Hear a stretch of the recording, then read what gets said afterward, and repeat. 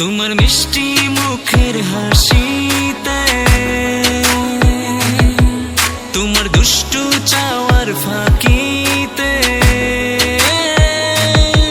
তোমার মিষ্টি মুখের হাসি, তোমার দুষ্টু চাওয়ার ফাঁকি দেখে পাগল হয়েছি।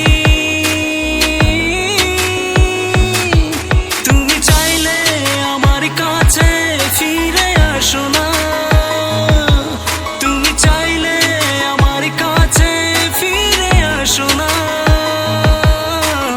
ও প্রিয়তমা, ও প্রিয়তমা।